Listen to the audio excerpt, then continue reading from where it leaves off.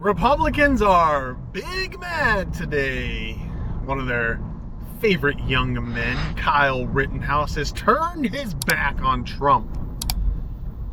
Said, I am not voting for Trump. I like the Second Amendment. Trump has not been 100% on the Second Amendment. So I'm writing in Ron Paul. Now you have right-wing influencers such as Cat Turd and many others calling for his cancellation, calling it a betrayal of the people who literally saved his life. Like they were the ones that literally were in Kenosha saving his life, and he betrayed them. How could he do this?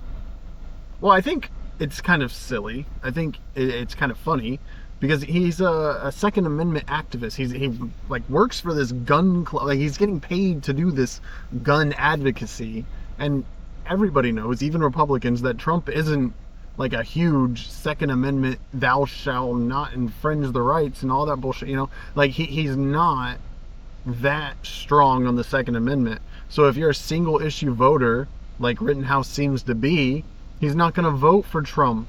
It just seems logical to me, and it seems highly illogical that the right, the people who are trying to fight against cancel culture are canceling one basically their own, because he's choosing not to vote for Trump on this one issue. Let's not forget the main thing here. Voting is such like a deeply personal issue, and there's a reason why, the ballot, when you cast your ballots in secret, so you don't get influenced by other people, they can't force you to vote for somebody. Like it's such a personal topic. It's such an intimate thing, right? That when you vote, you're making a decision based on what you think is best for you, based on what you think is best. Who has your best interest at heart. And I don't know who the fuck I'm going to vote for yet. I have no idea. I like a lot of the things that Kennedy's saying. I hate a lot of the things that Kennedy's saying. I hate a lot of the things Trump is saying. I like some of the things Trump is saying. I don't know who I'm going to vote for yet. And I shouldn't be canceled for that. I shouldn't be canceled or called a betrayer because I'm not going to vote for your guy. Like, it's politics. It's civil discourse. People vote for who they think best represents their ideology. And we've got so caught up in this tribalism of left versus right, Republican versus Democrat, that we can't see that anymore. Which is why, and I'll keep saying this again and again until I'm blue in the face, we need more third-party representation. We need more candidates with equal platforms, because then I think a lot of the tribalism will break down. We'll have more diversity in people representing us. We'll have more diversity on the political spectrum. And I think then we can have real conversations. But don't cancel Kyle Rittenhouse because he's not voting for your guy.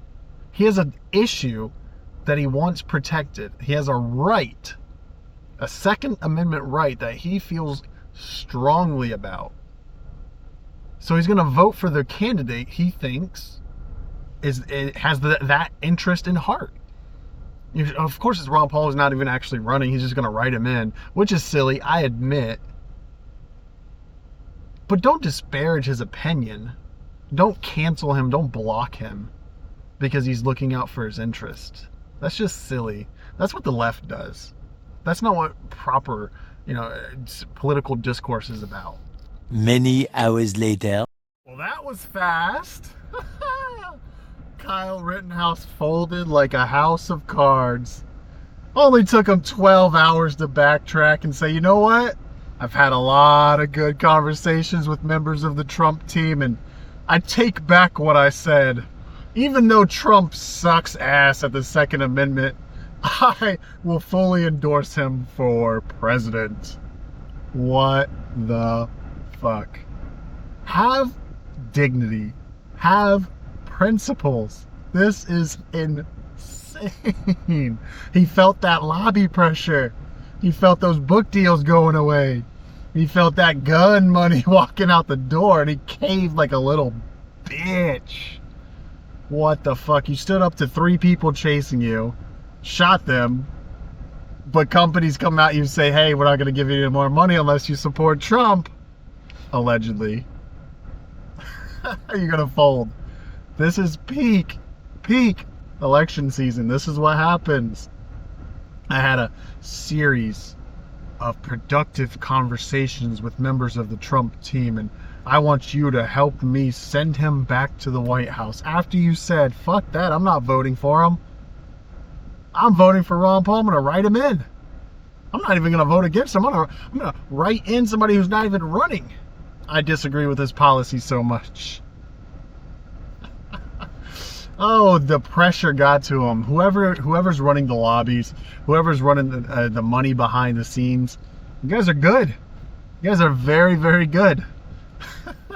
It's comical because it's all about the money. I mean, it's as clear as day, right? He said, "I stand by my decision. I am not going to back down. I am not voting for Trump."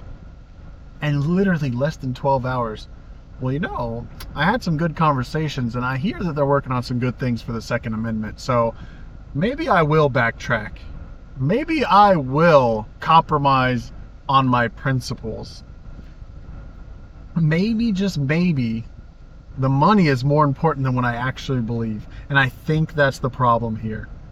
I truly believe somebody was about to pull the rug on whatever operation he has going on, whether it be a book deal, whether it be some endorsement money or some shit like that. It's gone. So now what does he have to do? Backtrack. I support Trump now. Good job to whoever's pulling those strings, because Rittenhouse, you got played. You got played like a fiddle. You fell right into their delusion. Great job compromising yourself. Great job making yourself look like an absolute fool.